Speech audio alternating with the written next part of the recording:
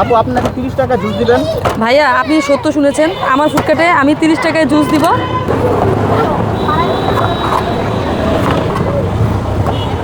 আপু 30 টাকা কেন জুস বিক্রি করেন? আপনার জুসের দামটা একটু বেশি।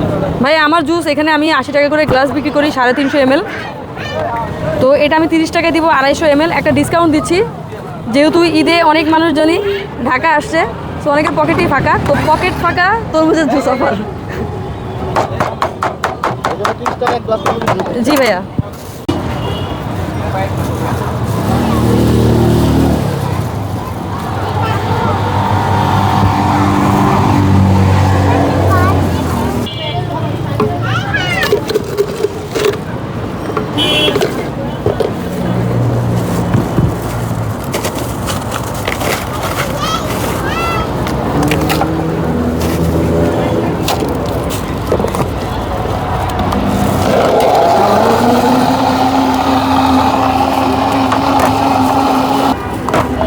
এখান থেকে ঢালবে না বলবেন যে আগামী 3 দিন, ঠিক আছে?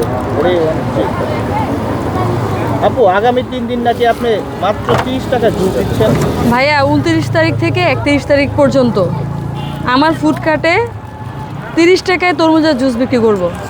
250 ml থাকবে, একেবারে র জুস, কিন্তু কোনো পানি টানি কোনো কিছুই থাকবে না, সামান্য আইস অ্যাড করা থাকবে।